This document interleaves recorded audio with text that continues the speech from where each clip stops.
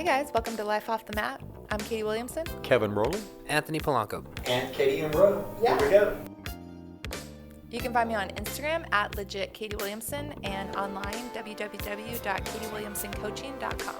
And you can find Kevin Roland on Instagram At KWRCCO or my website, www.kwrcco.com. You can find me at @pstyle on Instagram, Twitter, Facebook. Just look me up, Anthony Polanco, or anthonypolanco.com. Check it out. Got a ton of stuff on there for you. That's good, because I feel like we're a little somber. I don't feel that way. I got it all out. So what do we want to talk about today? How about some good vibes? Oh, I like that idea. Yeah. So I was just sharing before we hit record this meme that I saw a few weeks ago that I just think is super cute. Not that I'm a Mandalorian watcher. Isn't that Baby Yoda? I haven't seen it either. I haven't either. I'm not watching it. But when those Baby Yoda memes were going around like crazy, there was one that I saw that was little Baby Yoda with like this purple glitter coming out of his hand. And the quote said, or the text said, visual representation of me sending you good vibes. I was like, oh, that's funny. That's cute. But anyways, I thought it'd be kind of interesting to talk about. Like, what do you guys think about vibes? What's the deal? Are they real? Do we just say that? Is it another word for something else? Like prayers? I felt good vibes from both of you before we ever all sat down in a room. For sure. You know? Yeah. I mean, it led me to want to think about doing this and reaching out to you guys. So, yeah, I'm a big believer in vibes. Yeah. So, Kevin, tell us a little bit more about that. Like, you know, you felt our vibes. Mm-hmm. What does that mean? Positive energy, and then social media was kind of an affirmation of that. Check out your social media. And I mean, a little longer relationship with Anthony. We kind of rolled for several years now. So, but yeah, it's that energy. I mean, I picked that up from people. I've always been, I could absorb people's energy, positive or negative. And I, at times, have to limit negative people because they can be very draining on me. You guys give me energy. Your positive energy powers me up, you know, so I believe in that. And I know we went down the road, is that, can you get those vibes through prayer? I think I can send positive vibes, positive prayer for somebody when I want to pray for somebody. So, yeah, I mean, it's an energy, it's an aura, it's all those things that you usually are just kind of, you either connect with people or you feel something positive. There's some positive energy going back and forth that makes you want to be around those people and makes it joyful. Yeah. How about you? Yeah, so vibes, like, I guess I think of like vibration, you know, like people always say like, well, it's about your vibration, your frequency. And like, there's like, well, there's science to it, you know, like I'm not a scientist. I'm not like a very smart dude, but like, you know, like we emit electromagnetic frequency, you know, for sure. Our atoms, they have an electron cloud around them. So like we are electromagnetically charged creatures. And so, you know, well, what is it that's creating the vibration that you resonate with? Or, you know, like what is that, you know, our intuition that tells us like what is the intuition? What is that really? What is telling us that something is good or bad, you know? And I think that has something to do with like our electromagnetic frequency is constantly shifting. And so like whatever frequency we're emitting based on like our emotional state or most likely it has a lot to do with our emotional state, which is generated by, you know, our thoughts and our feelings. Yep.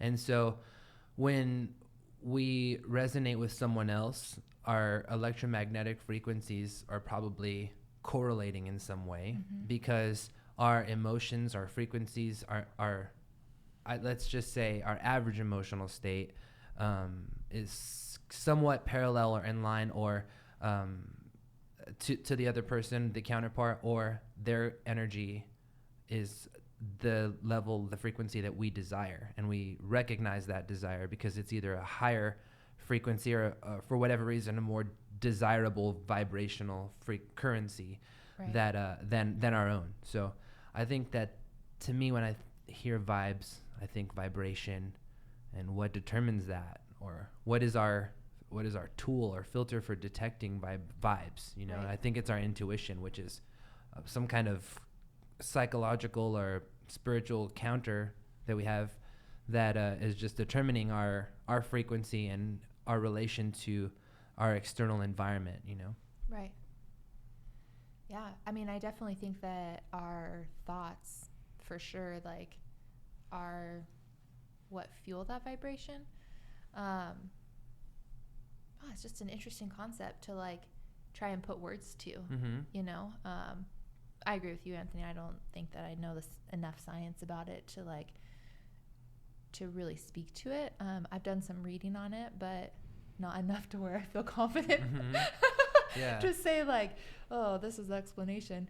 We're Joe Rogan smart. Yeah, Yeah. that's the thing. It's like, yeah, I'm And he's like a smart guy, but I'm he an learns a armchair lot. philosopher. Yeah. Like, trust me, like, I don't have any delusion that I know what I'm talking about. Like, my book, like, all my videos, I'm just armchair philosophizing, you know, like, Right. just picking my favorite philosophies and just kind of trying to apply them in a modern perspective, Right. you know. Now's time for the disclaimer. Yeah, We're not professionals. We're not Please take scientists this to advice. Well, this hold on stuff. there. I have a master's Yeah. degree. That's right. No, I'm just Well, Okay. technically, we're scientists, because if you're tracking your data and you're measuring your progress and you're experimenting, that's what a scientist is. You might not be a professional scientist or an expert scientist, but we're all scientists in our life's experience, you know? Yeah.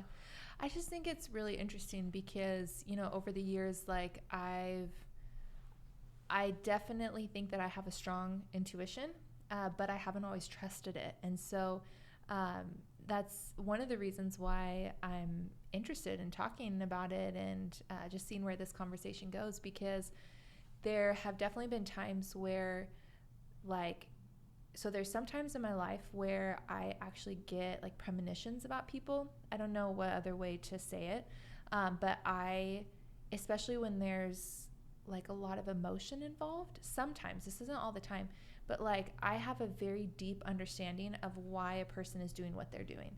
And sometimes the story sounds absolutely ridiculous, and I don't always get to find out if it's true, but when I have had the opportunity to find out, it has been true. Mm-hmm. So I kind of have this, like, weird place right now where I'm learning to trust my intuition, but then, you know, you don't always get the opportunity to verify it. Like, how do I know that this is actually legit, or I'm not just creating this alternative reality in my head because it makes me feel better about the situation? Mm-hmm. I don't know.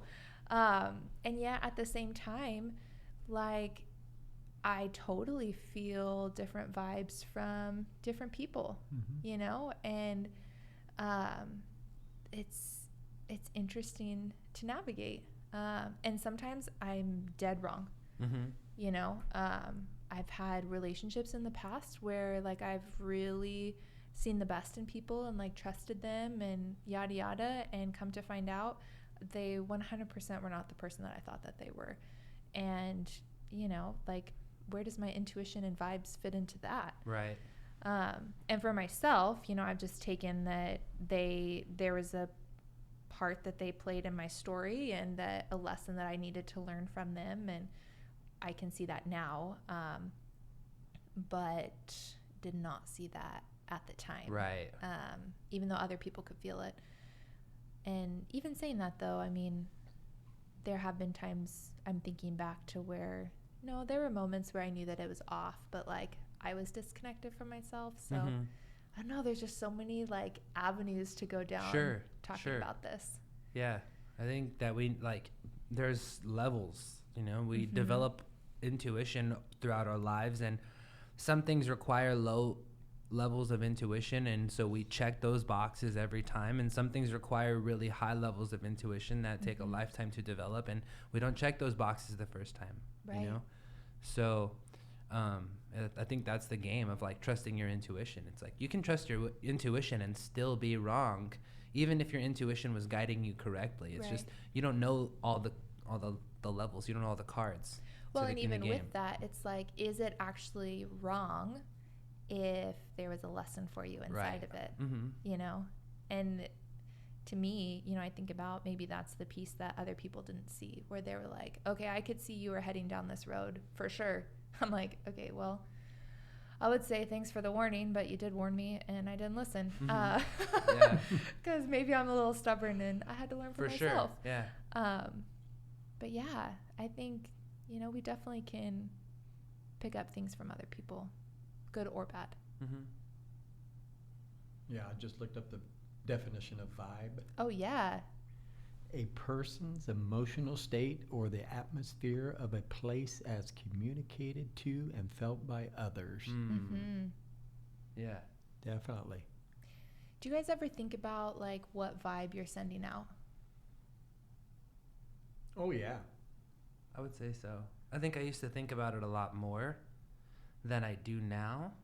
But I find myself thinking a lot about, I guess, in regards to like, what do the people whose vibes that aren't congruent with me, what vibe am I giving them? Like the bad guy, what vibe does he get from me? Like, because there's a good vibe to him and I want to know what it is. I want to know if I need to act, give the bad guy more of myself in order for him to see the good path, or is the bad guy able to see the good path, and from my perspective, or is the bad guy's good path the bad path, and there's just no way to enter the heart of the bad guy for the good person, you know? And like the bad guy is subjective, meaning the bad guy who I see in my life, whoever I think that is, whoever I'm judging at first glance as a bad guy, you know, based on their behaviors, the way they talk, or the way that they're living their life, you know?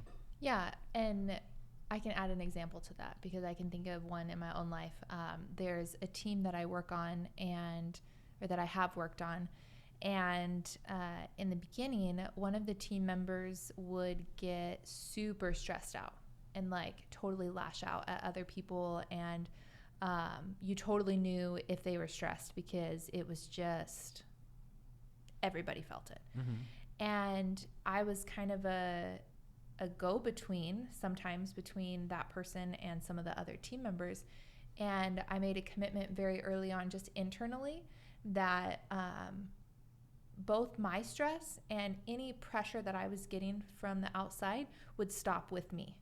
So I intentionally went into situations knowing that, you know, I would essentially absorb the stress, but I wasn't going to pass that on to other people. So it's kind of being aware of the other person's vibe and how they were showing up. And in response, it was like I intentionally put out more peace to diffuse it. But then because I was putting that out, that's also what allowed me to give peace when I was communicating to other people on the team as well. But it started with that belief or that thought that any stress stops with me, either mine or my own. I like that. Yeah. So and now I don't really think about it, but I have a lot of people tell me that they feel a lot of peace around me, even when I don't think that I'm putting out that vibe. But there's just some situations where like I feel that peace resonating internally. And when I feel it very strongly, many times I've had other people comment back like, oh, wow, I just feel very at ease in your presence. Right. Yeah. Mostly during conflict resolution is when you feel it the most, when you notice it. Yeah. And it's interesting because when I have that thought, my body language changes too. Like I kind of sit back. I feel like I get kind of into a posture of absorbing. My voice lowers a little bit. It slows down because I'm trying to change that frequency or what I'm perceiving as tension. I think it's tension, but you know. Yeah, when Anthony was talking about bad guy, I thought you meant give off that vibe to make that bad guy step off, right, back up, yeah.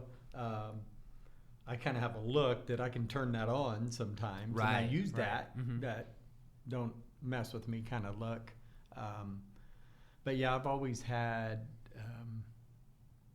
I call it's a gift and a curse to feel other people's pain. Yeah.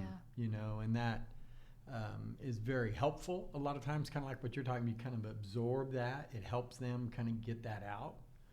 And I wonder too, you kind of refer to body language and all those things. In our mind, are we creating that flow? Yeah. To allow that to happen, Right. Because it makes people feel better, and you can absorb that. Then you take it to the dojo and get it all out. Right. Absorb all that negative energy, and then I go get it out. I have to release that. You know, I have to have some good rational detachment from the things I absorb, but I can get overloaded as I absorb too much negativity.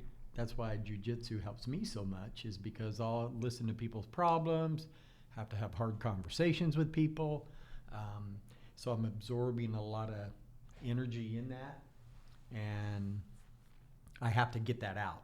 For years, I didn't have a good method of getting that out.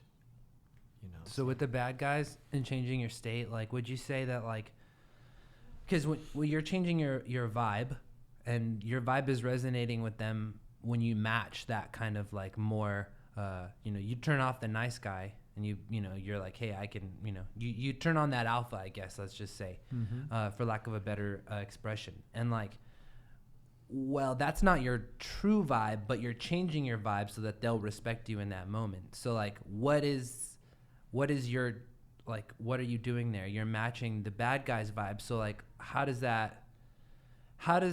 you, like, how can we explain that? Like, because I do the same thing, and I notice the same thing in myself. I'm changing my frequency. I'm changing my vibration by choice, right? So like, I'm not letting my emotions just run wild, but I'm choosing where to be when the time comes, you know, necessary. So like, how does that work? How do we change our state voluntarily and at the same time have a hard time controlling our involuntary emotional reactions to things? So I would say if you are talking about matching someone else's state, this gets into David Hawkins, and I believe it's called spirodynamics.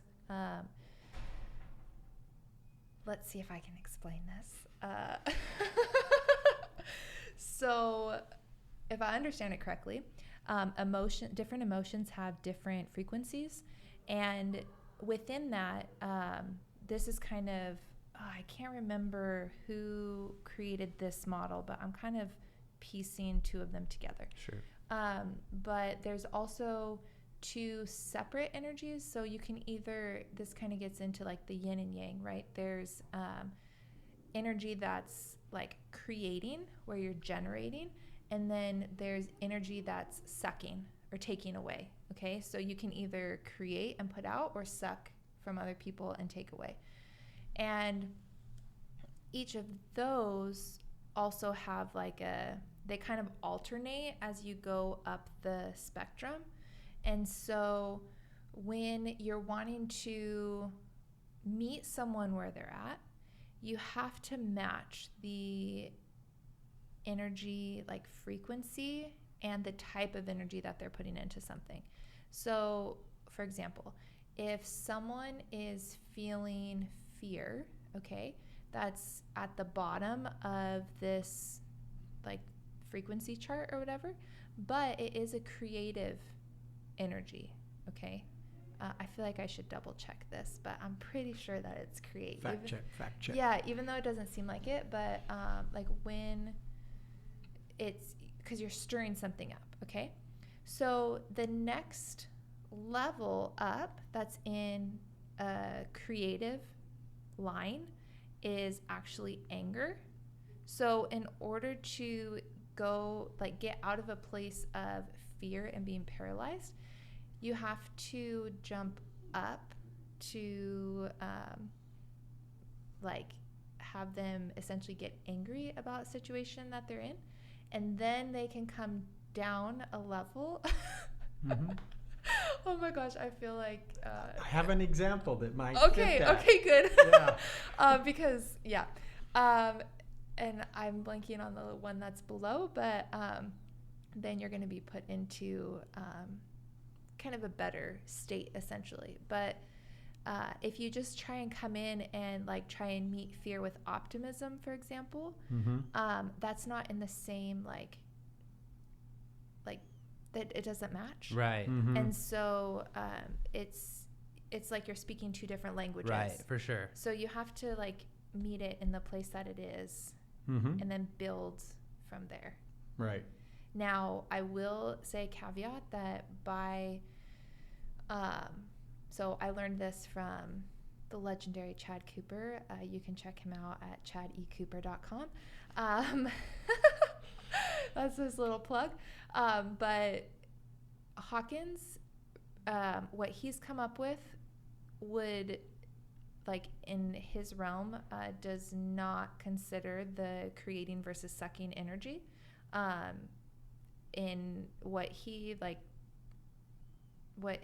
shows is that all you have to do is just change the energetic frequency, and you can jump any state. You can go from fear to optimism. You don't have to worry about if it's creating or sucking energy. I think the creating and sucking, is like Linder, maybe. I'll double check that. But anyways, it's like this super big chart that I've been fascinated by when we talk about energy, and then you get into masculine and feminine energy and all the different levels and blah, blah, blah. So I don't know if that makes sense. Might not make sense unless you see like the massive 11 by 17 chart of all these models on top of each other. But Sounds cool. Yeah, makes sense. Okay, Kevin, share your example. Yeah. I'm going to see if I got my facts right from Okay. memory. Okay, it sounds like a joke, but so I'm going in an AutoZone parts store to pick up some oil. I'm in slacks and a shirt, and I have a pen in my pocket. It's a wooden pen, okay? So I see these two guys. They're standing up beside the AutoZone, and they look thuggish. I mean, you know, they look kind of rough guys. And when I get out of the car, I kind of walk up there and get on the steps. I see them. They look at me. You know, most guys like that, I don't look away. I just kind of look at them, give them the old head nod type thing, and go into the store. While I'm in the store, I'm already processing in my mind that these dudes are going to try to mess with me when I come out. So I have my knife in my pocket, and I switch it to the other pocket because I know when I come out, the big guy's right there on the left, so I'm going to take the big guy out first with the knife if they start coming at me, and then I'm going to go for the smaller guy.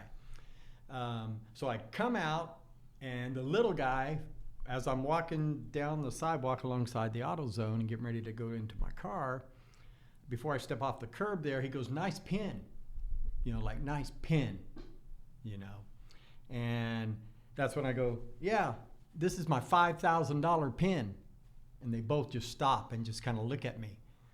That's why I think I'm changing frequencies with them. And I said, "Yeah, I got this pin because my wife and kids, they went to the coast and spent a week there, and it cost me $5,000, and this is all I got. I was working the whole week." And they both kind of chuckled, and then I got my car and left. Yeah. And that just changed that whole dynamic. And whereas if I would have said, "What's it to you?" You're right. Yeah, you want this? Yeah. You know what I mean? Because there was a time in my life where I probably would have said that. What are you talking to me for type thing? Right. So I think that's kind of an example. I matched their energy, and then I threw just a little humor in there. It was really true, and I was still pretty chapped because I did spend $5,000 and I didn't get to go, and they spent the whole week there. But I think that's an example of you match that energy, and then you have a choice. Do you dial it down or do you dial it up? Right. You know, when it comes to aggressive people, man, you don't know how that's going to go. Yeah, so I did find the chart, and I think I was right. I can't remember what I said now. So, but anyways, so the interesting thing about that is looking at this. Look, I'll zoom in so you guys can kind of see. So maybe not, but it's kind of blurry. But okay, so the emotion and then the frequency is like right here. So Kevin, if you look at it, you were in a creating energy. This is where Linder's model comes in right here. That says create. And you're also in the, okay, so if you want to look at masculine and feminine energy within that, you're in like the level 1 masculine. Okay. So like this power God type of energy. And what that translates to is like the range in there is on Hawkins scale goes from like 150, which is hate and aggression, to all the way up to 200, which is affirmation and empowerment. But all of that is within the same, within the same frequency, I guess. And so like they came at you with some aggression that you kind of met, but you raised it just a tad to that place of empowerment and affirmation. So you stayed within that same like frequency. Right, within that range. Yeah. So anyways. Interesting. Yeah. Spiral dynamics. Yeah. By Hawkins. So I'm actually reading a book right now called Power versus Force. That's by Hawkins as well. That goes deeper into this. But like I said, I've been studying it with Chad for the last 4.5 years or so. So there's a lot of different levels. And the first time I saw that like massive chart, it totally blew my mind. And I'm like, wait, what is this masculine and feminine energy? Like, what does that mean? You know? And oh my gosh, it's so fascinating. And I still feel like obviously I don't fully understand it, but there's so many directions that it goes, and is one of the things that I would say has really changed my life too, of looking at interactions and relating with people in a different way. Obviously I don't have it memorized, so I'd love to get to the point one day where I can just like tell what emotions are coming at me with and meet it and change it like all in the moment, but not quite that advanced. Yeah, because I didn't consciously do that. Right. I was just in that mood, I guess. Yeah. You know, because I was ready. I mean, I'd already thought 1, 2, 3, 4, 5. This is what's going to happen. You know what I mean? Right. But yeah, so I don't know if it earlier in my life I may have acted differently, and I don't know why. I use humor sometimes to break that ice. Which I think that's kind of an effective frequency adjustment. Right. You know, so what do you think, Ant? Yeah. I don't know. I think that, for me, I've had more experience with the anger, with diffusing the anger, just from I helped my buddy manage his bar for a while, and, just dealing with people, being in a band and stuff. Yeah. I've had more experience with that. And I think that when I deal with people who are in really deep fear state, or I have a hard time communicating or matching or helping them raise their emotional state, because I don't want to match, because I don't know how to reach an empowering frame from that place. But with guys who are angry, it's easier to match their state and then help them get past it. But I don't know, I have a harder time with people who are dealing with being really extremely afraid or worried, because I don't know how to help them and how to sympathize or express my empathy without feeling disempowered in that same action. Yeah. Well, and I think it's important too. I have this little card that I keep on my desk that says observe, don't absorb. And as an empath or an intuitive or, whatever, they're different, but whatever label you want to give it, that's an important piece of it too, and having empathy rather than sympathy, right? I see you're in a hole, and rather than climbing down and us both getting stuck, how do I give you a hand? And how do I actually empower you to get out yourself, but so you still feel supported also? How do I throw you a ladder and hold on to it? Yeah. So you're doing the work rather than me hoisting you up, because then you're just going to fall down the hole again. Right. I don't really have a good answer for that. Yeah, So. it's how do I tell you to stop being scared if I'm not scared, I don't want to tell you there's nothing to be scared of, but I cannot relate, and so you're not going to believe me because I'm telling you there's nothing to be scared of. Yeah. Yeah, unless you can say, you know what, I was in a hole just like that a couple of years ago. You know what I mean? I think, that's kind of what we're doing too, is Yeah. helping people. We've been in those holes, how to get out of that hole. For sure. And if you go back to the spiral dynamics chart, you can see like anxiety is towards, like, it's in that kind of first level frequency or whatever. And so if you think about it in terms of like going up to the next creating piece, the emotions there are affirmation, scorn, or hate. So it's like, okay, which of these can you help them resonate with? I know when I was feeling anxious, like sometimes those affirmations were what I needed to kind of create that energy of like getting out of being afraid, because I was reminding myself of what was good or what I was working towards or whatever. And once I got into that state, then the trick is that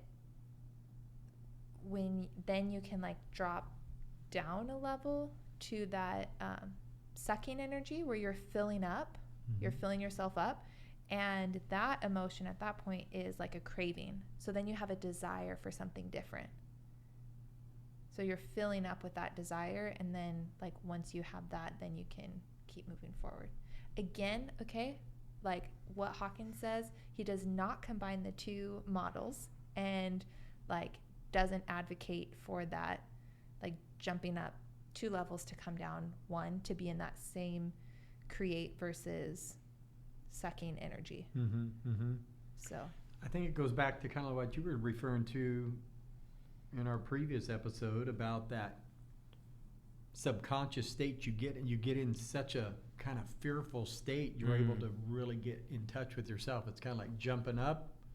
Yes. So that when you pull it back down, you can, and the door opens. Yes, you're at a different level, but you have to push yourself like farther, so that way you can when you come down from that, you're farther than where you started. Right. It's like taking 2 steps forward and 1 step back. Right. Like, yeah, you're taking a step back, but you're still farther ahead than where you were. So, yeah. We got off on a little tangent there. No, but it's just like it's the unanswerable question, of just like what are we, like how should we interact with one another, and what's actually happening in the subconscious dialogue, Yeah. Okay, so this is gonna kind of take it down a different rabbit hole, okay? And I'm gonna expose like some of the more interesting thought patterns that I have sometimes. Have you guys ever read or heard about like soul agreements? I've read some of I've read some about it, but I've never read like any book or anything. But I've read like excerpts from books. Okay.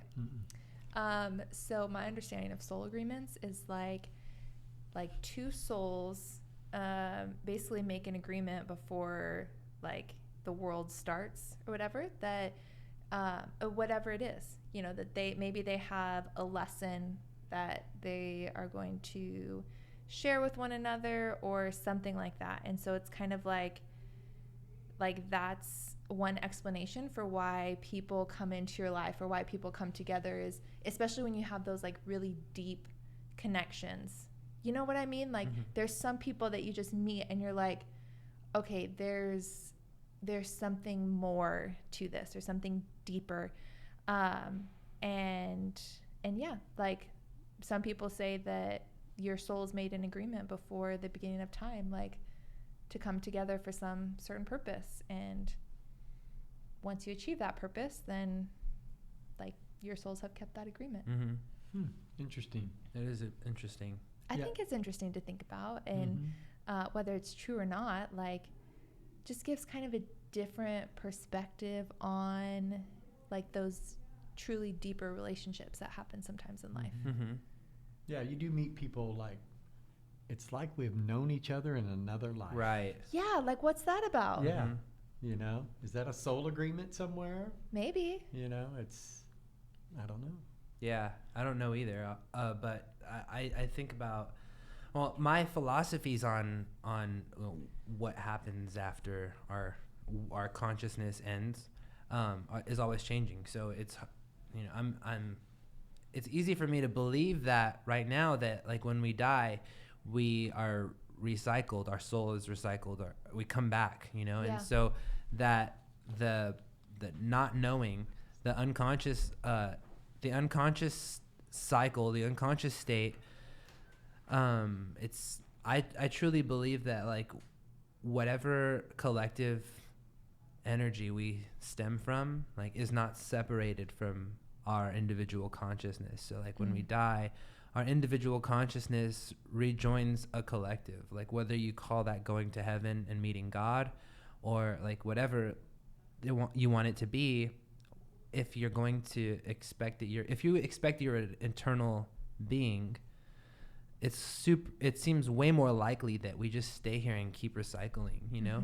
Whether we're experiencing the physical earth realm that we're experiencing right now, or it's something else. Like I think that it's very likely that our spirit is continuously experiencing, right, you know, and it's likely that we're doing that together. We just our current state of consciousness changes, right, you know. Yeah. Well, and there's two things that come to mind. I mean, one, you know, you hear people talk about like being an old soul or like having wisdom, you know, and some people you're like, this feels like your first time around the block. Yeah. No, you're absolutely you know, right. And that, to me, that relates to what you're talking about, you know, some type of, for whatever reason, like, you know, whether it's like an ancient wisdom or, you know, I don't know, maybe it is past lives that you have experience with. Like, I think it's really interesting. I've read before, like, talking about past lives, you know, that phobias that you have today are, or like when you're attracted to a certain period of time in history, that points to a past life that you were in. And personally, I find this fascinating because I've always had an intense fear of drowning. And when I was growing up, I literally was obsessed with the Titanic. Like, I mean, any book that I could buy or read, like I had it. I think I had over 40 books on the Titanic growing up. But then I also have this like intense fear of drowning. And I just think that's so interesting. Yeah. I'm not going to say either way, like that you drowned whatever in it past is. Yeah. On the Titanic. Yeah. On the Titanic. But I think it's an interesting like parallel, you know? Yeah. And one of the things for me that, you know, as I read this different stuff, I like, what I come back to is that I think that at the end of the day, like we all have reasons, or like we all have ways of making sense of the world, you know? And that's where our belief systems come from, is that our belief systems give us a sense of security in, you know, like just how we relate to the world around us. And so I will share, probably not in a lot of detail, but we'll see what comes out. You always laugh at me when I say that. So I know, here it comes. Oh gosh, It's good content. We're Everybody's recording getting it. comfortable. Yeah, like, so I had a situation a few years ago, and it just like really threw me for a loop. Did not see it coming, was super painful. Like, I was just really trying to make sense of it, you know? And there's this one point where I came across this article about soul agreements, and I just had this like alignment in my soul. I don't know how else to explain it, that like, oh my gosh, this makes sense. And I just had this picture that like, I believe that me and this person like had this soul agreement, and like that's what brought us together, you know? And I'm like being vague and not going into it because I'm like, almost sound like I'm so crazy. You're dancing around the edge there. Oh my gosh, I know. I'll just say it. So the weird thing was like, I actually had this, okay, well, now we'll just really go into the rabbit hole. Shoot, you guys knew I was going to do this too. Once I started, I like can't put the lid on it. So a few years ago, actually, I started working with an astrologer, and so fascinating. Like, I thought that astrology was just about, like your horoscopes in the newspaper or a magazine, and there is so much more to it than that. And I find it incredibly fascinating. And to me, like, especially growing up in a conservative church, it was kind of like, whoa, okay, like this is bad. How do I kind of combine what I'm realizing and like with my faith and all that stuff? And basically for me, what I believe is like, I think that God did write our stories in the stars and the planets. And there is a roadmap for the potential of our life. And, I think about like the verse, I think it's in Psalms that says, talks about how all of our days were ordained in the book of life before one of them came to be. And I believe that the book of life is the universe, like is our solar system, because you can, like working with an actual astrologer, you can like plot where all of the planets were at the time and location of your birth and like have this roadmap of potential for your life. So whether you believe it or not, that's fine. But anyways, we're not sitting here shaking our heads. So I talked to the astrologer, and one of the things that they can also do is do a reading on a chart of like why two people met. And so I did this with a person that I had met, and as the astrologer started telling me things, I swear, okay, I started to have this like kind of vision or premonition, like I was saying that I've had before, but like a premonition of like the two of us interacting, but it was in like a different life, and it was super vivid, and it's just very interesting. And so I think that in that life, like our relationship was not good and was like violent, I guess, for lack of a better word. And so anyways, I read this article on soul agreements, and I actually like had this feeling as I was reading it that maybe we had a soul agreement, like that amongst other reasons for like coming back together in this life was that like this time like I would be let go and not like get hurt type of deal. Whether that is true or not, I have no idea, because that sounds kind of crazy. However, as soon as I read that and like felt that, I had so much peace, and I was like, great, like, yeah, that's good. I like, yeah, this stuff happened, but I'm okay, and it just helped me like give reason and understanding to it, and like walk away from the situation with a lot more peace than what I had before. So is it true? I have no idea. Did it help me make sense of the situation? It did. So do I sound crazy? Probably a little bit, but but I think it's interesting. So yeah, that's my story. That is interesting. It is. Mm-hmm. I think we should cut that out. That's gold, man. That's gold. Good stuff. Oh man, That I'm is blushing. good. I'm judging myself right now. That's the problem.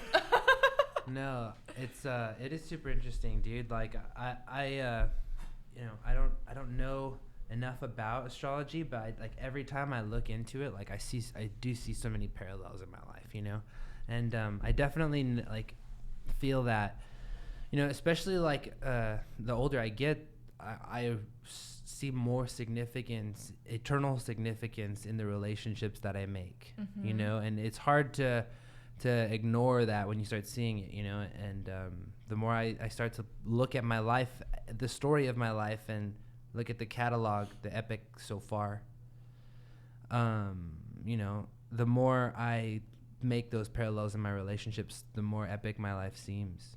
Yeah. And like the more you realize that the tales and the stories of your life are actually timeless stories, like throughout history, and the stories that we learn when we're a kid, like there's the same recurring themes, even though it looks like everyday life. And so yeah, and I would add to that, like I think one of the reasons why I like exploring things like this is because like my life is totally an adventure, And I like to have fun with it, and I like for it to be playful and to think like, well, what if? Like, I've always been a storyteller, you know, and whether it's true or not, okay. But it's cool to think about, and I would way rather like live that story and like have that be a piece of what helps me move on, rather than just like sitting in front of the couch or sitting on the couch in front of the TV vegging out to someone else's story. You know, like, yeah, I mean, there's a lot of things that are going through my head right now, but it's like, you know, yeah, okay, I call myself crazy or whatever, like, like, oh, what am I thinking? But at the same time, like, who cares, you know? Yeah. I don't know. I think it's interesting, and like, you know, if nothing else, it's a good laugh. So, You know, I think in the times we're in right now, there's going to be a lot of people going down those holes. Yeah, and I will add to this, because I think in everything in life, you know, there's a good side to it and there's the bad side to it. And so I've been talking to my astrologer for probably about 2.5 years now, maybe. And I will say, like, there are definitely times that I have learned where I have gotten a little bit too obsessed with it, because I want to have certainty in my life, because it's like, and in a way it's kind of like this false sense of security, right? And, you know, sometimes like we just don't have all the pieces of the puzzle. And I think that's what our belief systems are, is that, you know, we want to make sense of the world around us. And so we grab a hold of these beliefs that help us feel better and give us certainty in the moment. And they may or may not be true. And, you know, I think it's important to ask ourselves, like, is this belief serving me or not? Is this really true or not?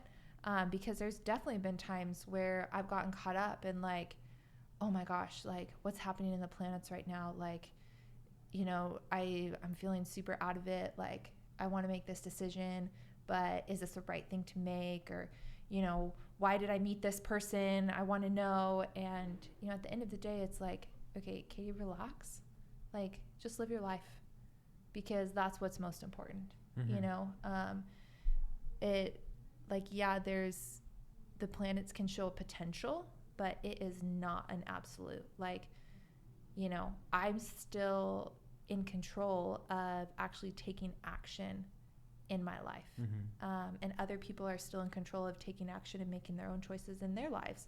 So it's like, I think it can be good to use as a tool, but not to be used as a crutch. And I may or may not have had to learn that the hard way. You guys know which one it is, because you know by now I'm a little bit stubborn, so, you know. Yeah, but that's a part of the journey, the spiritual journey, you know. Yeah. It's a lifetime journey, so. And being okay with that unknown, that's a big thing that I'm learning right now. That's the hard part. Oh my gosh, like I had this picture analogy earlier today, actually, of like, okay, so I feel like right now I'm doing a puzzle and I'm trying to explain to someone else the puzzle that I'm working on, okay? But I don't know what the end picture is, and I don't have all the pieces. So, like, I can try and sound smart and say, like, oh, yeah, well, I'm putting together a puzzle and it looks like this. But I don't know. I don't have all the pieces yet. And so I'm learning right now how to just be okay with not knowing, and, like, really doing my best and living my best every day in that unknown and being okay with that. And yeah, I mean, I think that's a big part of the spiritual journey. Definitely. Is that faith? Is that destiny? Is that good vibes? Good vibes. I think it's all of the above. What do you guys think? I think it is too. I think that life is about trusting. If you're going to live, you have to trust that your reality is being divined by something, and like you're gonna. It's not like you can choose to not wake up, you know. So like, whether your life is ending tomorrow or in 100 years. Like you have to have faith that the direction of it is upward. You have to, otherwise why do it? You know, Yeah. you might as well just check out right now. If you don't think it's going to get any better by the time you die, why even do it, you know? And and so that's having faith, is just that you're waking up, it's not your choice. And so you got to assume that if you keep doing it long enough, you're going to end up better off than you were. And that at the moment that you cash in on that investment, like it's going to be worth it. Right. And that's the game that we're all playing. Yeah, and having faith in that like, you know, it's like what you're doing is enough and is exactly what you're supposed to be doing. Mm-hmm. You know, that's, I think being an achiever, that's something that I struggle with is, you know, is what I'm doing enough? You know, I shared before, like, I don't want to wake up in 60 years and think, well, what if I had done that? But the downside to that is that, you know, I'm spinning my wheels going after thing after thing after thing. And if I'm not intentional with it, then I am going to wake up and be like, what is all this even for? Right. You know, so there's two sides to that as well. Mm-hmm. Yeah. Yeah, how do you dial it back so that you got the right amount of energy going towards the things that are the most important? And because you can spread yourself too thin, and then you're just chasing all kinds of things. For sure. And that just burns you out, and you never quite succeed, and discouraging. So yeah, and then you're supposed to like find your life purpose in the midst of that. Like no pressure, you know? No pressure. Yeah. Yeah. As I sit in front of two people who have written books, by the time they're what? 30, can we say? 31, 31? Yeah. I'll be 29 next week. Yeah. You guys are really lagging, man. I know. I'm do such feel a like slacker. It's funny how I really do feel like that, though. Like, man. For sure. I'm grossly underachieved. Yeah. Do you ever, Anthony, think back or like look back and think, where does that thought come from? I think I do that a lot. I try to trace back to the original source of that feeling of just dissatisfaction with myself. And I always, the problem with that analysis is I used it as a positive force for action for so long that I don't know where it started, because I was validating it so much. Like it was what was making me propel forward in life, you know, was that feeling of like, you're not good enough. Like you're almost there, but you're not there yet, you know? And so that when you realize it, you know, and it can become a crippling thing, but in the beginning it was propelling me forward. For sure. So I don't know where it came from, you know, but it had to have been some early. I would think about when I was a kid, I was in swimming and I never got first place. The best I always got was second. And I think that feeling of never knowing what that first place ribbon was like, always like, I think that dictated my narrative for a long time. Is like, you're always going to be good enough for second really easily, but you'll never get first, you know? Yeah. And so that feeling of like always chasing first, but never feeling adequate enough for it is basically, that's my earliest memory of feeling that, you know? I know you've shared before about like your journey with anxiety and depression. Well, did you have anxiety as well, or just depression? It was mostly depression, but I know like the feeling of chronic anxiety from like spells, you know? Yeah. Do you feel like that driving force of never being good enough, do you think that played into later on your anxiety and depression? I think so. I think like my depression had a lot to do with like maybe my relationship with God not being like maybe the nature of God that I had in mind not being congruent with my experience. But I think that like I was constantly chasing success and like not really believing that I was going to get it. And so like I was creating a wider and wider chasm of delusion in my mind, just feeling like I'm chasing after this thing that I don't think I'm good enough to get. And then when I finally felt like I ran out of time, that's when my depression had just basically ballooned, you know? And in that, did you have a clear definition of success that you were going after? At the time, like my idea of success was like to get my band to like tour full time and to be self-sustaining. Like I wanted to make that my life, you know? And so with like, it was that or bust, like there was no in between. Yeah. And so I was banking on like winning the lottery basically, you know? And even though I was having a ton of fun the whole time, like I took it for granted the entire time because I was just hell bent on this one idea of what success was. Super narrow window, sliver that I had to make it through, you know? So I think that definitely caused, you know, that was I guess the climax of my depression. Yeah. You know? Well, and what I hear in that is that like focusing on just like making your definition of success so small, in a way it was kind of validating the belief before that you're never good enough for first, because the margin to succeed was so tiny, and it didn't allow you to celebrate like any other things that you could have said were successful along the way, or to enjoy the day-to-day moments because you were just chasing this like sliver of a dream way in the future. That's exactly it. And then that self-fulfilling prophecy, you made the goal to force you to be second place. Right. Yeah. Right. You know, Yep. so yeah, For sure. very. And then the wiring that happens, because then you doubt God, you're doubting you're all responsible. Why? And the I'm not lifetime good of enough. I'm not a competitive person. Why? Because I didn't get first when I was in swimming, you know? Yeah. And if I would have gotten first, I bet I would be a super competitive person, you know? But I Yeah. never got first, so it's like, well, why even bother? I'm fine with second. I get it easy, you know? Right. So that became the narrative of my life, Yeah. basically. Well, and that's even interesting too. Like, I'm fine with second. I can get it easy, you know? And even to me, I hear in that, like, selling yourself short Yeah. too. Because, you know, For sure. I can get it. I can get that, no problem. Like, so just be happy with that. Yeah, for sure. But you know, that's what still drives Tom Brady.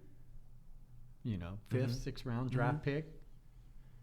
Didn't have a whole lot of success in college. I mean, he's even talking about that now. He's leaving the Patriots now. So, always trying to prove it. Yeah. Always Right. trying to prove it.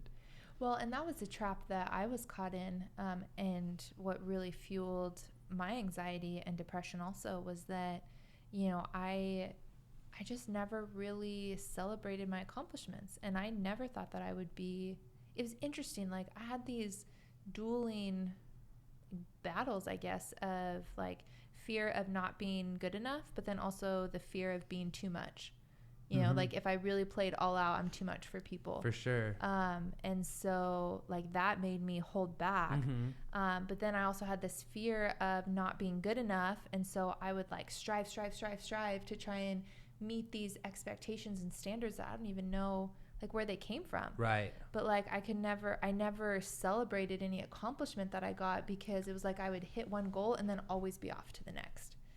And looking back, like I was fueled so much by people telling me that I couldn't do something. And it's interesting now because it's like I know that I've done a lot of really cool stuff in my life, and a lot of it I think back and I'm like, oh, okay, well, so-and-so told me I couldn't do that. So-and-so told me I couldn't do that. Right. You know, and it kind of makes me wonder like, okay, well, what does Katie want? And that's been the last few years of my life, you know, like taking out like trying to prove that I can do it, you know, because those people don't care. They probably don't even remember that they told me. Yeah. You know, except for my ex who told me that I couldn't ride a motorcycle. And I was like, well, screw you. I'm going to go get my license and buy a bike. And he was really pissed off. He probably remembers. But it's like, okay, like I don't even have a motorcycle now. Like, why did I do that? To prove a point, you know, but it was also to prove a point to myself that Definitely. like I am more than like the box that you're trying to put me in. And that's what's fueled a lot of things for me. But I definitely, like, part of my healing from that striving, that constant striving, and, you know, from getting out of the anxiety and everything, was really learning how to celebrate everything that I do accomplish, and also being super intentional with what I choose to pursue, because our time is limited. For sure. And I want to be happy and proud of the things that I do. And so now, like, I'm super intentional with my time and my goals, and I check in with myself, like, is this something that I even want, you know? And sometimes I realize like, ooh, I don't know if I want this anymore. And then, you know, sometimes I explore it, and then sometimes I just pivot, because I want to make sure that I'm not saying I don't want it because I'm afraid that I won't be able to reach it, you know? So there's always like multiple sides to it. But yeah, and I think when you put that goal out there where you have to be first and you don't allow yourself to celebrate that second place or whatever, you don't, it's like looking across the lake and you want to get to the other side and you step off, and if you can't step all the way over, you just sink. Versus, oh, I hit one little spot. Now I'm jumping to the next. It catapults you. And I mean, you've heard me say it all the time, just that embracing the grind. That to me is the grind. It's like going home after jiu-jitsu or after a day's work, I can find the celebration in that. What was good, what, you know, I'm proud of myself about that. You know? Well, and the thing with that too is that, you know, looking at it in context of jiu-jitsu is like, that's also, it's taught me how to rest and how to recover. And we've talked about that before, like the importance of giving time to that. And I think about that in every single area of my life. You know, I've said before, like I'm 0 or 100, and I used to just be 100 all the time, and I'd push myself until I got sick and be out for a week or 2 weeks, not in jiu-jitsu, but like pre. And I just get so sick, and it was because I didn't know how to take pit stops along the way. And, you know, I've really started to learn like how to do that, which is why I was joking, like I'll just sleep most of the weekend. I mean, I have other stuff that I do too, but I'm just a lot more chill, because I know that like I need that time to recharge in order to come back stronger. And it's those two sides of the coin that are equally important, you know? It makes me think of that in a spiritual context as well, you know, that time of like rest and healing, but then also the doing and pursuing too. So maybe that's how I tie it back to learning about astrology and soul agreements. You know, for sure. You know, just putting it like how, like it's good to, you know, be moving forward and wanting to grow and pushing, you know, but there's another side of spirituality of like reflection and self-discovery and time that's just being still. And in those times of stillness for me, there's insights that come that help me make sense of the world and where I'm at in order to move forward, and to move forward in a way that helps me relate better to not just the world, but like the people who are in my world also. To put out better vibes. That's it. Yeah. Good stuff. Okay, so I shared my like unorthodox spiritual beliefs, few of them. What do you guys have in the unorthodox realm? I'm gonna put you on the spot. Are you gonna pass? I'd have to think about that. Yeah. I'm pretty weird. I believe a lot of weird stuff.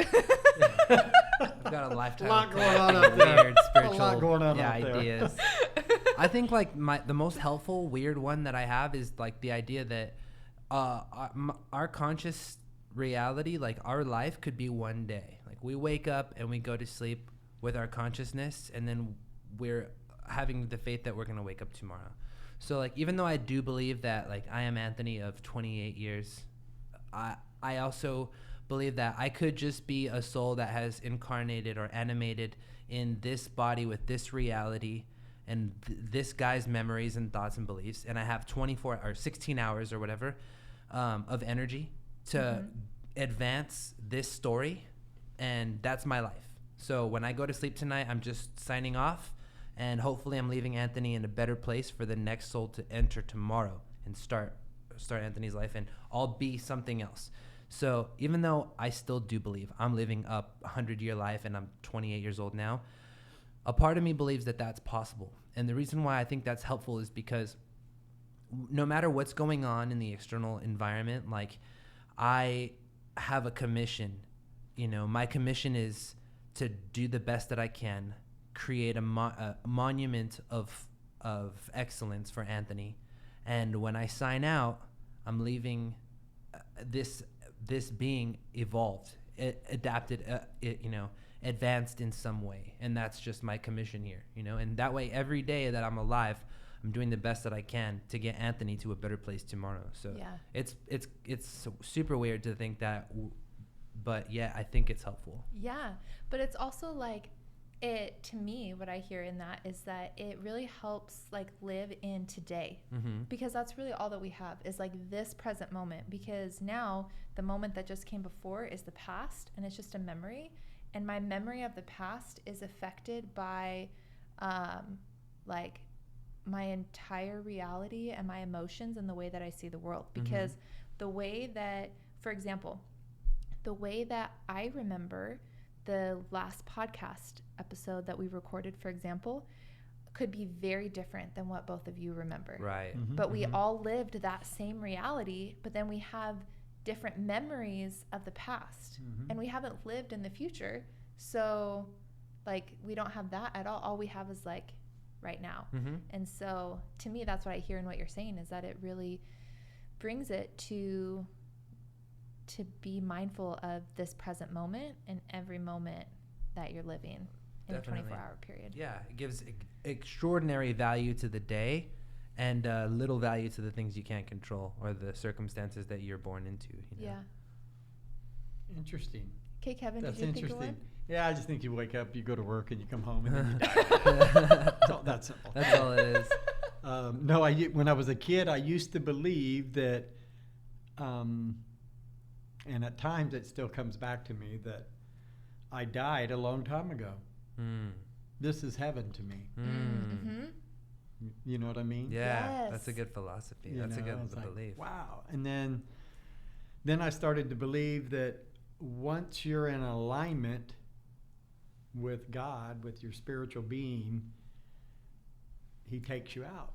He pulls you up. He takes you away from all this. So that we're kind of always searching for that alignment. But it's also a goal that once you know you get there, it's all over. Right. So you want to kind of get on the edges of it and get close to it, but you're always holding yourself back. Right. Subconsciously to not be in total alignment because I don't want to go just yet. Right. You know what I mean? So those have been really two strong beliefs in my mind that I don't think I've ever told anybody. Yeah, I like that's that. okay. I didn't tell anyone about soul agreements either, and now look where we are. Yeah. And two, I believe like you, when you look back, your perspective changes from other people Yeah. in time and just things that happen to you. You know, I mean, me, after the podcast, I'm like, man, I got to speak up more. I got to talk more clear. I got to put my mouth to the microphone. I mean, all those things are like, oh, man, did I do the right thing here? Is this going to work? Da, da, da, da. All those things play through my mind. Yeah. I did that for 2 days, and then I was done. And it's like, what's next? What can I do better? What's next? Right. Where I assume there's probably people who can't ever shift out of that constant critical nature of themselves. And then I can imagine what that'd be like if I was still doing that 7 days later. I would just be beating myself up. And that's how I think people beat themselves down, that self-talk. So I don't really consciously do it. I more allow myself to do it. And then when I allow myself to do it, I go through it, flush it out, and I'm done, and then I move on. Right. You know what I mean? That's the key for me. Allow myself, whatever it is I'm feeling, okay, let's think about this and work through it. Yeah. Well, and I think that's a really important point. What I've learned in my own healing is that, like, you know, so before, like, let me give you an example. So when I used to have anxiety real bad, and also like, okay, growing up in the church, like I had verses that were given to me or that I found that were like, okay, don't be anxious about anything, but in everything by prayer and supplication, present your requests to God. You know, fear not, like all of these things, right? And that never helped. Okay. That just made me feel way more guilty because it wasn't like, I wasn't acknowledging what I actually felt in the moment. And I think it's really important. We've talked about this before. Like, it's really important to name what you are feeling. So I had to name, like, and really explore, what am I afraid of? Okay. So maybe in this situation, like, I'm feeling anxiety because I'm looking at my finances and I don't think I have enough money to get to the end of the month. And so I'm feeling anxious because what am I going to do? You know? And I have that uncertainty. And so then my decision in the midst of that is to look at, okay, what can I believe about God in this situation? If I'm feeling anxious because I'm looking at my finances and, don't think I'm going to make it, well, what if I know that God is my provider? Okay, then I'm going to focus on the scripture that reminds me of that truth and call on God as my provider in that. But I have to feel the anxiety and feel where it's actually coming from in order to bring that to the surface to choose to change it, versus just saying okay, well, stop being anxious and just trust God. Okay, well, that doesn't meet me where I actually am. So I think that's really important to let those emotions come and feel them, even though it really sucks in the moment. But I think that's what allows us to actually get it out of our body and be able to move forward. Definitely. So I like what you said too, Kevin, about believing that heaven is right now. I talked before, might have been in the other episode, but about how the Toltec wisdom believes that we're all living in a dream essentially, and we have power over the dream. But in the heart of that is that we are basically creating heaven or hell right here on earth based on the choices that we make. And so heaven and hell aren't destinations that we go after we die. It's what we're living right now. And so if you are living in hell right now, rather than having this anticipation that just once you die it'll be better because you'll be in heaven, look at what can you change today to create heaven here on earth. Because there's a lot of people who are living heaven here on earth. I know a lot of my life feels like that. To be honest, there's still times that really suck and are painful, but the joy that I have in the midst of that because of what I've discovered and the belief system that I hold and the people that I have in my life and the relationships that I've built and the purpose that I do have, even though I wonder sometimes what it is. Those are all things that for me create heaven here on earth. I'm happy with my life because of that, And I think that's something that we all can have the ability and the power to create if we choose to wake up and realize that it is in our hands to do that. Definitely. What do you think I want to find a way to make this help people that are going to be going down that rabbit hole. They say there's very high potential of high divorce rate after all this. Right. Oh my gosh. Do you guys know what the current number of years what am I trying to say? Do you guys know the average length of a marriage right now? No idea. Guess. 7 years. 2.4. You're closer. 3.5. 4 years is considered a long marriage now. Man, it's these millennials. Oh my gosh, I'm getting goosebumps. What the heck? Oh my gosh, I think a 50% divorce rate sounds bad. Right. No, an average marriage of 3.5 years. Wow. I'm not saying that with judgment, okay? I'm not married, so I am, I just wanted to say that. I'm just saying that with shock. Right. Because, like I said, I'm not married. I haven't been married. This is a story for another day. I almost got married. That's why I said story for another day. That's a whole new episode. We won't go down that rabbit hole right now. Oh gosh, I lost my train of thought. But oh no, I remember. So, but like marriage is important to me, you know, and not just like marriage for the sake of getting married, but like loyalty and integrity and like making a commitment and like having waited this long to get married. Like I'm much more cleared now on, you know, what I want in a partner and what I bring to the table, like to have it truly be a partnership. But that just blows my mind that the average marriage now is 3.5 years. Wow. It's wild. Wow. Okay, so what was your question? My question. Feel better now? Oh man, gosh, I even sat up for that. Like apparently I needed to get that off you my needed chest. to. No, but they say that with this kind of shutting people in, people all kind of close in. Either there's going to be an increase in divorce or big baby boom. Yeah. Or both. Or But both. It's going to Yeah. be both. For sure. Because it's going to accelerate people's relationships in whatever manner. It's true. Yeah. So how could what we've talked about today help people get out of that rabbit hole, get out of that? Because a lot of it is you got to have a lot of faith. Things are going to change. I mean, things don't look real good. And when you have all this security and jobs and everything like that in your way of life, and then all of a sudden, by no doing of your own, it's all in jeopardy. That's a good How question. do we help those people? Or help us? Yeah. Yeah. Yeah, how do we help those people out there? That's right. Come on in, everyone. Yeah.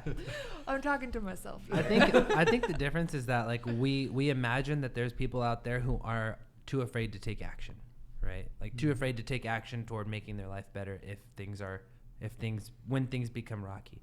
And so we're considering ourselves as people who are proactive about conditioning their environment to their desires and their goals, you know? And so like we're assuming that there's people out there who struggle with that because at certain times in our lives we've struggled with that. For sure. And so there has to be people out there right now who were blindsided by this thing and who have yet to get it back up on their feet. And so us coming together, we're trying to say, hey, look, like, you know, we believe that this is possible for you. You know, like we know that you can conjure this inner confidence and you can reevaluate your life and pivot from here no matter where you are. And so I think that us coming together to talk about, you know, some of our life philosophies that are helping us in this time, some of the things that we're meditating on right now, I think we have the faith and the belief that people who listen to it can glean some insight from it and it'll muster enough confidence and courage to just take the first step. You know? I'm glad you brought up that question, Kevin, because it definitely gave me pause. And the reason why it gave me pause is because, you know, I just think about people in my life, and like, I don't know how else to say it except like I just really feel it in my heart, because being on the outside looking in, you know, I can see their potential, and I can see how unhappy they are. And of course, from the outside looking in, it seems easy, just like other people in my life. You know, when I was hurting and I was stuck in my stories and my limiting self-beliefs, like they could see that it was easy, and they could see the things that I had accomplished and the successes that I had in my life, and all I could feel was the pain, like the unhappiness, feeling like I didn't measure up. And so I'm just like, right now I'm kind of being put back in that place. And what I would say, if I could go back and, you know, talk to my 20-year-old self, 20 plus, whatever, all those years that I spent striving and, you know, wanting my life to be different, and thinking that other people would bring me happiness, or that my life would get better when this happened. you know, I would tell her that, one, it does get better, and two, like, you are stronger than what you think you are if you just give yourself the opportunity to do it. And yes, it's scary, and no, you don't have all of the answers, but it is so worth it to go down this path of discovering who you are and discovering what truly makes you happy. It's worth it to find that healing, because what comes on the other side is so much better than living in the fear of what feels comfortable right now. And like, it's scary to jump that there's something better, but if you're willing to show up and just take one step at a time, it will get better. Even if those decisions are really hard, like, and it may get worse before it gets better. It did for me. Like, this has been such a long journey, but every day that I look back, I am so thankful that I chose to keep showing up, you know? Even when showing up for that day literally just looked like getting out of bed and taking a shower, you know? Like, if that's my best, then great. Like, live your best, you know? But be honest with yourself, and if you are unhappy, like, know that it can get better, but you have to show up and be honest and be willing to put in the work, you know? That's what I would tell my younger self. And you'll be happy that you did. Mm-hmm. Would you tell that younger self that, you know what, we've made a deal. You're going to go through 5 years of pain and suffering, and then you're going to be able to write about that, you're going to be able to share that, and you're going to change thousands of people's lives. Are you willing to sign up for that? It's funny that you asked me that question, because so in my book, I write soul lessons at the end of every chapter. And the first chapter in my book is, I share a story of when I was about 10. And basically I had this encounter with God where he asked me, what do I want for my life? And at my soul lesson at the end of that was, I essentially shared this vision that I had the last time I was in Teotihuacan at the pyramids, where I essentially met my younger self. And that was my soul lesson. Part of it was like, if I had the opportunity to, go up to little Katie, like, what would I tell her, And I said I wouldn't tell her about the pain or the challenges or the hardships that are coming, but I would tell her, like, regardless of what happens, don't ever lose your smile. And in this vision that I had, like, little Katie, took my hand in return and looked up at me and said, you don't lose yours either. Oh. And I was like bawling when this happened, because it was just this, like, to me, it was this beautiful exchange of the knowing and, like, kind of saying to the little one, like, don't let the world change you, and that childlike faith coming back and saying, you don't let the world change you either. Mm-hmm. But as you said that, like, yeah, I would,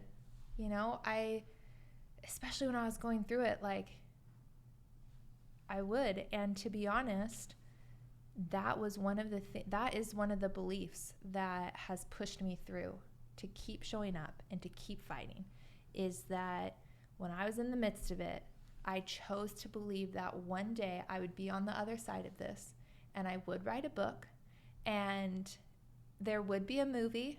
Okay. We'll see. I did have a TV show, so maybe that's it.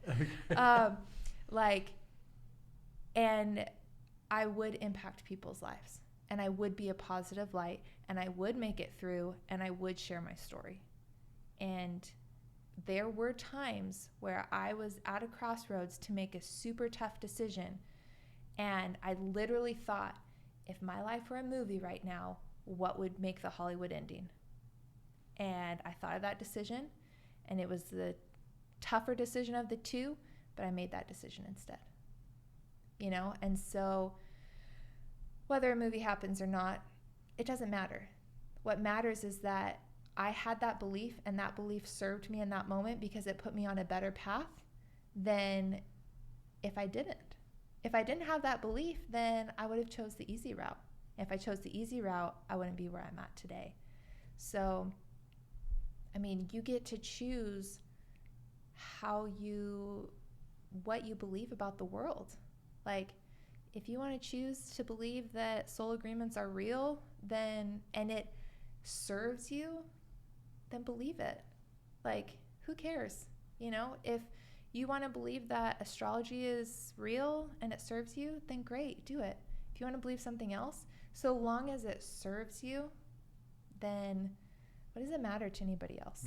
You know, what matters is that you are living your life in a way that makes you happy and in a way that honors the callings that God has placed in your soul and the gifts that he's given you, and that you're making the world a better place. So who am I to say that something's right or wrong? I like that. Like it. Good stuff. Yeah. Fits in line with your epic movie theory. Yeah. It really does. Honestly, like, it's kind of a cool way to think, you know, if you're faced with, because to me, it just gave me a deeper sense of courage. You know, I didn't want to make the decision as Katie. I didn't have enough courage at that time to take that hard route. But if Katie was the star of a movie, like, how boring of a movie would that be if she just took the easy route and, like, kept playing small? Ew, nobody would go see that. You know, it gave me a deeper sense of courage that I didn't have, and if that's what it takes, then be the star of your own movie. Absolutely. Don't be a extra in it. It's your choice. I like that. Good. Apparently I do better after the sun goes down. Because I've just been chattering away. It's good stuff, though. Keep it rolling. Oh, man. That is good. That's good. That's funny. Share with us your unorthodox beliefs. That'd be fun. Yeah, write us. If you want to be brave. That's right. Yeah, let us know, you guys. Yeah. Or if you want us to dive down into something deeper, you know, we can. Yeah, send us your questions, topics. We'll do our best, you know, maybe we'll throw in some more spiral dynamics or something random. Who knows? But yeah. Very good. That's good. Get out of here, you guys. Yeah. Thanks for listening, guys. Yeah. Follow us online. Follow Kevin. KRWCCO on Instagram. At P-Style on Instagram. And at Legit Katie Williamson. That's it. Get a hold of us, guys. Thank you so much.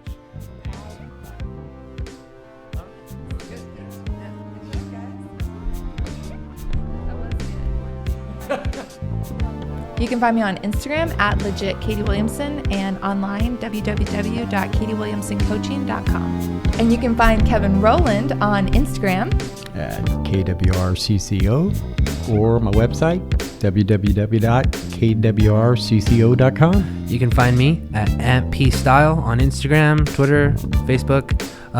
Just look me up, Anthony Polanco, or anthonypolanco.com. Check it out. Got a ton of stuff on there for you. Thanks for listening to this episode of Life Off the Mat. Thanks for listening to Life Off the Mat. Thanks for listening to Life on the Mat. Off the mat. Off the mat. Off the mat. On and off the mat. Thanks for listening to Life Off the Mat. We'll see you next time.